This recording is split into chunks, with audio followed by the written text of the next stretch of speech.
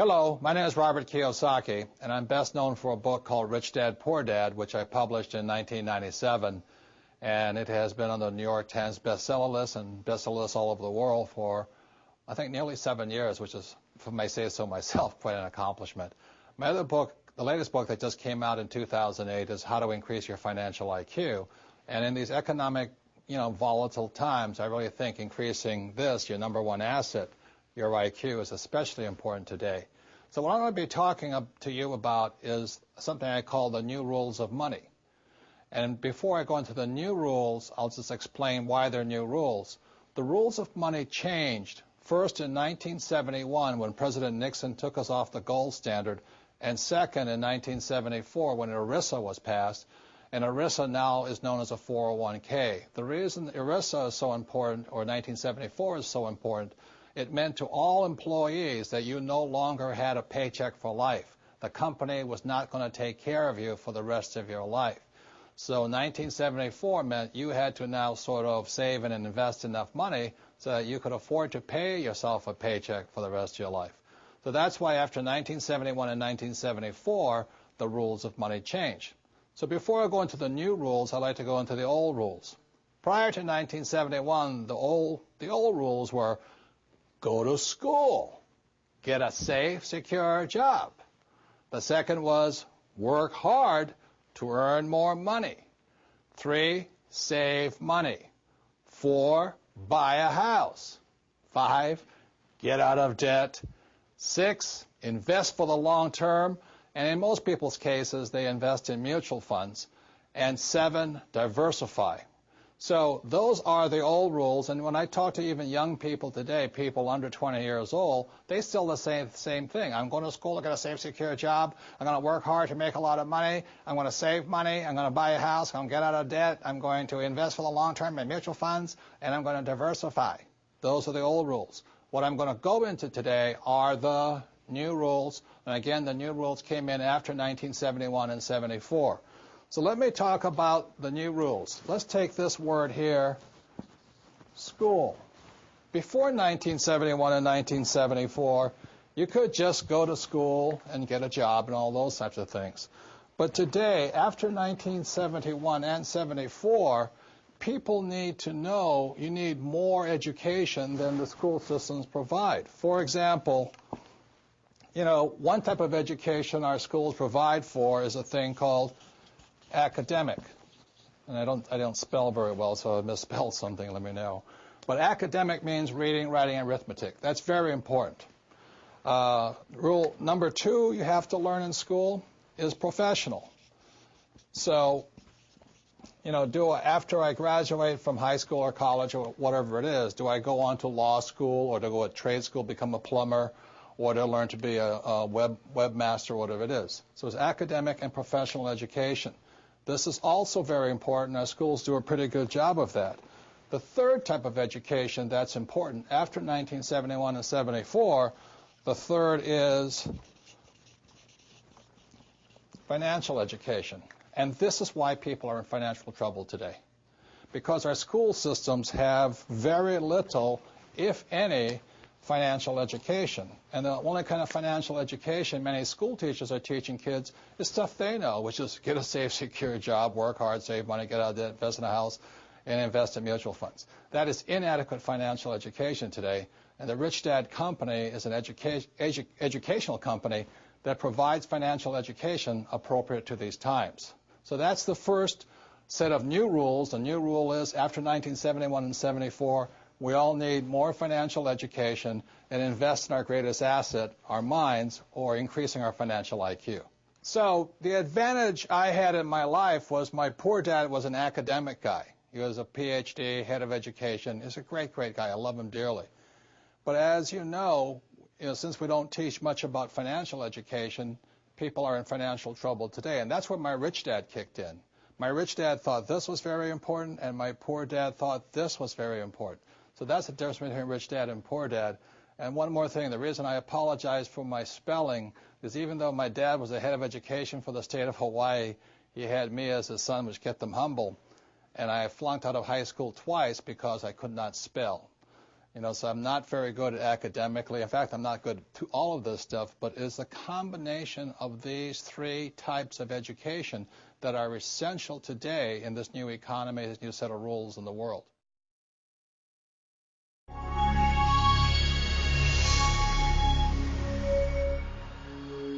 So the second rule that's changed is these two words here, job and work. And again, it goes back to the rule changes in 71 and 74.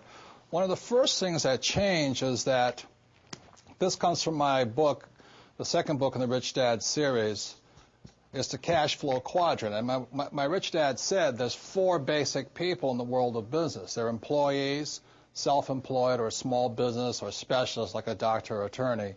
There's big business, and there's an investor. So what happens is the reason people get in financial trouble, since they don't have any financial education, well, they do get a job, and they either get a job as an employee or they get a job as a specialist, like a doctor, a lawyer, small business person, and all this. So this is what our school systems currently train people to be, and that's why you hear people say, I'm going to go to school so I can get a safe, secure job. And most of the time, they're over here, and that was my poor dad. He wanted me to get a job here. My mother wanted to become a doctor, a smart person. And I said, Mom, there's only one problem with me being a doctor is I'm not smart. She says, good point there. You probably shouldn't be a doctor, and things like this. Now, the other thing that most people do not know is the tax laws for all four of these people are different. The employees pay the highest percentage of taxes. Second are the specialists, like the doctors, lawyers, accountants. And these guys pay the least and sometimes zero taxes.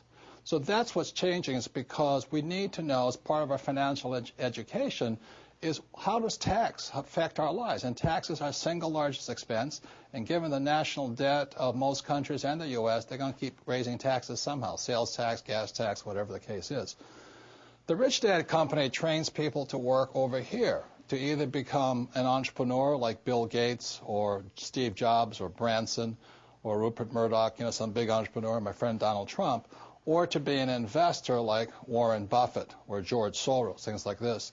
So the Rich Dad Company trains people to work or to think like B's and I's. The trouble with most E's, the reason they don't make it well over here, is they're so into security. I need job security. And these guys here, the specialists, they say, if you want it done right, you do it by yourself. So they get taxed the most and all this. Another point here is the reason the governments of the world give these guys the tax breaks is because these guys provide the jobs, and these guys provide the investment money to build new houses and factories and things like this. So that's why these guys get the tax breaks here. So another reason people are in financial trouble is after 1974, all of these guys had to start becoming investors. And that's why in 1974 in America it's called the 401k. And the problem with that is the most highly taxed investment vehicle you can put your money into. So because of a lack of financial education, people are investing in 401ks and mutual funds and still paying exceptionally high taxes. Another part of your financial IQ is to know there's three types of income. So if you're going to say work hard, most people are working hard for earned income, and that's what these guys are working for. The trouble with earned income in America, your tax rate's approximately 50%, whereas Warren Buffett says it's a shame that his secretary pays a higher percentage in taxes than he did, although he makes billions of dollars. So when you say to a child, go to school and get a safe, secure job, you tell them to work for earned income, the worst type of income. The second type of income is portfolio income. And today, as I speak, and they're trying to change this, it's about 20%. And portfolio income is generally known as capital gains. So if I buy a stock for $10 and I sell it for $50, the $40 gain is taxed at 20%. Or if I buy a house for $100,000 and I sell it for $200,000, that's a capital gains type event. So you pay a lot of tax for that. And the third type of income, which is the best type of income, excuse me, I can't spell again, is passive income. And this is income that just comes in on a regular basis. One of the reasons I am wealthy and is able to retire at a young age is because I worked hard for passive income, not earned income. I don't flip real estate generally, not portfolio income. I don't flip stocks. I want passive income. So today, the new rules of money, it's important to understand what are you going to school to become, ES, entrepreneur or investor, and what kind of income you're working hard for, earned, portfolio, or passive. And if you know what you're doing, you can pay 0% taxes legally.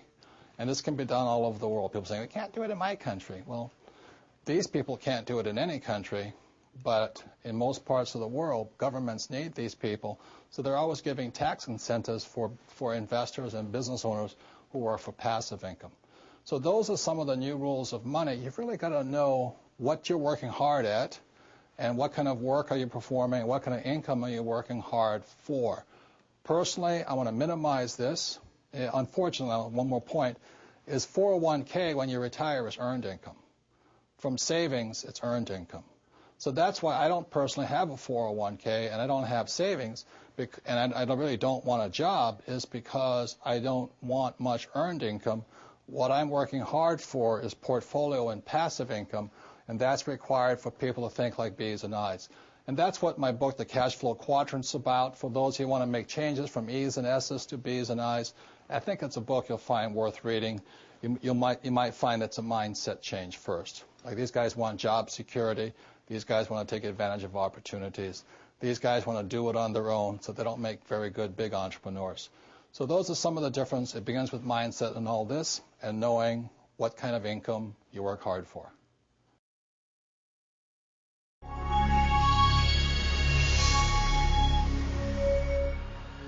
So the third new rule of money is, I think the big mistake is, I hear so many people say it's important to save.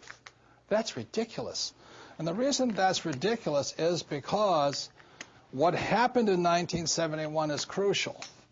In 1971, the U.S. dollar stopped being money. In 1971, the U.S. dollar became a currency.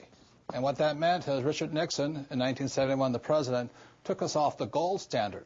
That's like giving an alcoholic free rein to the bar, or it's like giving somebody who can't control their spending unlimited credit cards. So what's happening is all the savers today are losers. You know, the problem with 1971 is that the federal government keeps printing money, so the value of your money keeps going down. So these people, I'm saving, and if you notice, as the value of the dollar goes down, prices go up. So they call this inflation. You know, you look at in 1997, oil was about, I think, $10 a barrel. 10 years later, it's about 135 a barrel. So they say it's inflation, but really what it is the dollar's value coming down. So savers are getting wiped out today. So to keep saying to yourself and to your kids to save money, that is not the new rule. That's an old rule. So a very big problem for most people is stop using the word save and use the word hedge. You've got to hedge your money. Hedge against losses. Like when I buy a stock, I put a hedge in. I put a stop loss or a put inside of it or a call, whatever I'm doing. I want to stop it. So today, I don't save money. I'm hedging. So in 1997, I started investing in oil, gold, and silver. So as the dollar dropped, oil, gold, and silver went up. So I'm not betting so much on oil, gold, and silver. I'm betting against the U.S. dollar. And that's why this idea that you're going to tell people you need to save money, that's really, really an obsolete idea, because the idea went obsolete in 1971. The U.S. dollar in the last few years has lost almost 80% of its purchasing power. And the prediction is, because this has happened throughout history, it happened thousands of years ago with the Romans, with the Greeks, with the Germans, with the English, the Japanese, and the Chinese. Every time they've made money into a currency, something you could print at unlimited, every time that has happened, the currency has gone to its true value, which is zero. So I am afraid as this economic volatility continues, the savers who were operating by the old rules of money are just going to get wiped out because the purchasing power of their dollar is going to go down. So even if the bank's paying you 5 to 10% interest, you can't keep up with the banks printing money. So that's the old rule of money, is saving money, and the new rule is hedge. You've got to be able to see what's coming up as something else is coming down. The last thing I want to point out to you on this idea of saving money is this. One of the biggest misunderstandings in the world today is what they talk about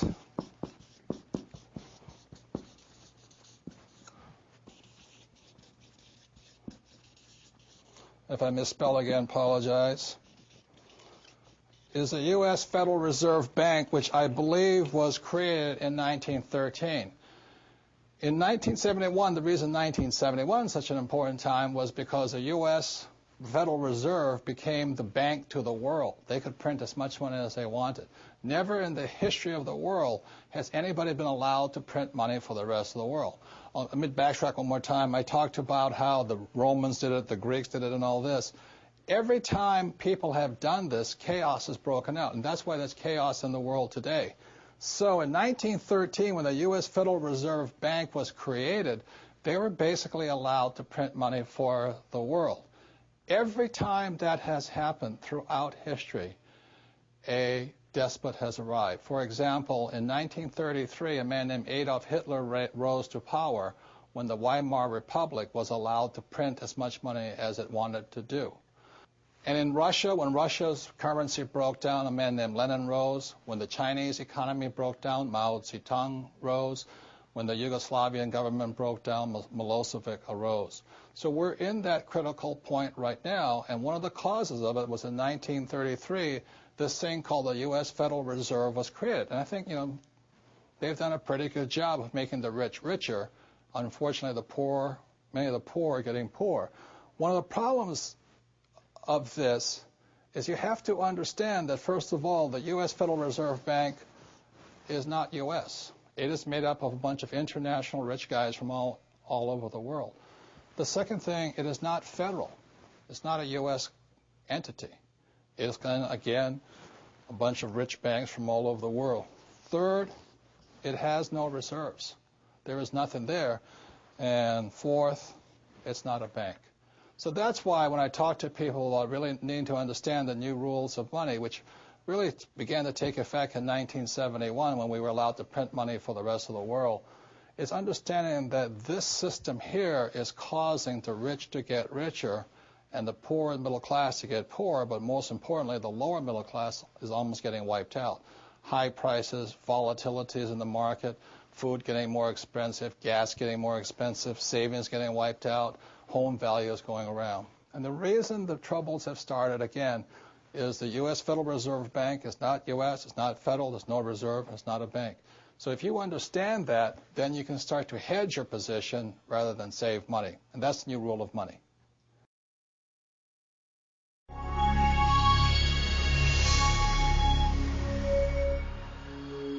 So another old rule of money was, you have to buy your house because your house is your greatest investment. And that's where I got into a lot of hot water in 1997 when I wrote Rich Dad, Poor Dad. I said to people, your house is not an asset, your house is a liability, because most people think their houses are assets, and that's not true. So the old rule of money was to buy a house, and the new rule of money is you have to know the difference between an asset versus a liability. And these are very simple accounting terms, and again, I don't spell very well. So if I could explain very quickly why most people's houses are not assets. I'm not saying don't buy a house and don't have a dream house. I'm just saying know the difference in assets and liabilities. Because when you look at a financial statement, and this is my rough draft of one, this is the basis of financial intelligence, the basis of your financial IQ. This is why your banker asks you for your financial statement. Your banker does not ask you for your report card. The banker does not give you great grades or what school you went to. The banker wants to see your financial statement, income, and balance sheet, because this shows them how smart you are financially. This is more sophisticated than just, your credit score. But anyway, financial statements has income, expense, asset, and liability. So when most people buy a house, liability, When most people buy a house, what you have here is a mortgage. And it looks like you have a house here, which is an asset. But that's not really accurate. What determines if something's an asset or liability is the most important word in financial intelligence, and the word is cash flow. And we ask any accountant how important this is. So as a young boy, my rich dad very simply said, assets put money in your pocket. Cash flows into your pocket. And a liability takes money from your pocket. So if you're truthful about it, you say, well, does my house take money from my pocket? And I would say for most people, every month their house takes money from their pocket. And then the savers say, but my house is paid off. I don't have a mortgage on it. But you still have expense, insurance, and upkeep. So the house is taking money from your pocket. So my point here is this. If I have a house and money is flowing out of my pocket, that house is a liability. So my personal residence, my home, is a liability. Now, I love my house. I want you all to have your dream houses and all this. But I don't call my personal residence an asset. It's a liability. It's about $15,000 every single month. Whether I make money or not, the bank still wants to get paid. Taxes still want to get paid and all this. Now, if I have an apartment house or a single-family house and every month my tenant pays me money, then that same house is an asset. So now, let's say the tenant walks out and stops paying me. That's when the house turns into a liability because I have no money coming in. So it's very simple. Rather than just say my house is an asset, you have to know today in the new rules of money what's an asset and what's a liability. Very simple rules are. Assets put money in your pocket, and liabilities take money from your pocket. So when I ask most people, if you stop working today, how much money keeps going out? Where that money is still going out, it's a liability. And if you stop working today and money keeps coming in, that's an asset. Money is coming into your pockets. Assets put money in your pocket, and liabilities take money from your pocket. The reason my wife and I could retire when we did at a relatively young age, we had more assets than liabilities. The reason people are in trouble today, they have more liabilities than assets. So if you're going to be rich today, don't just say my house is a good investment. You have to ask yourself, is my house an asset or a liability? My wife and I have two houses, one regular residential house, one vacation house, but we have I think we have about 1,000 to 1,500 apartment units that every month put money in our pocket. We also have stocks that put money in our pocket. We also have oil investments that put money in our pockets. So I work very hard at acquiring assets and minimizing liabilities. And that's the lesson on why the new information, the new rules are you must know assets versus liabilities.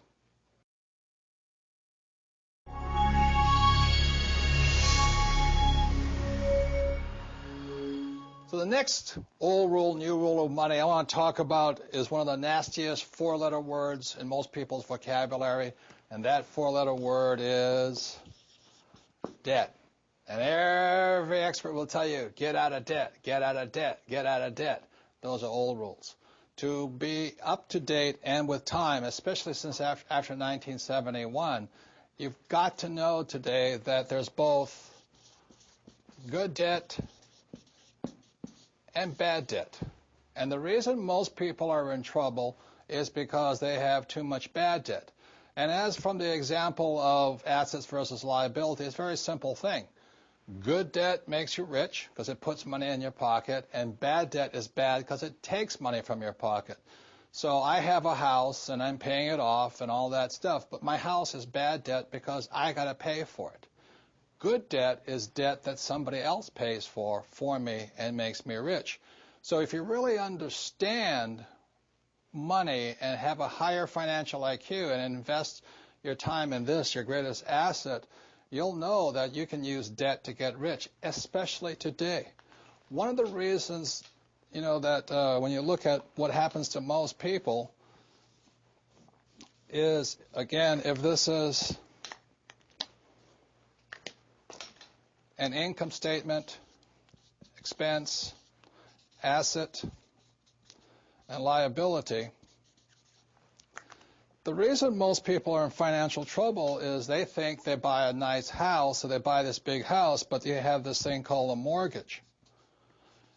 And nothing wrong with a mortgage, but the word mortgage, if you understand financial literacy or the definition of the word, mortgage means death, mortgage, the death of your future age. So you have to know when to use debt and into the good process. So what happens to most people is they go to school, like they were told, they get a job, their first big line item expense is taxes because they're an employee or self-employed, and the second line item expense is called mortgage payment.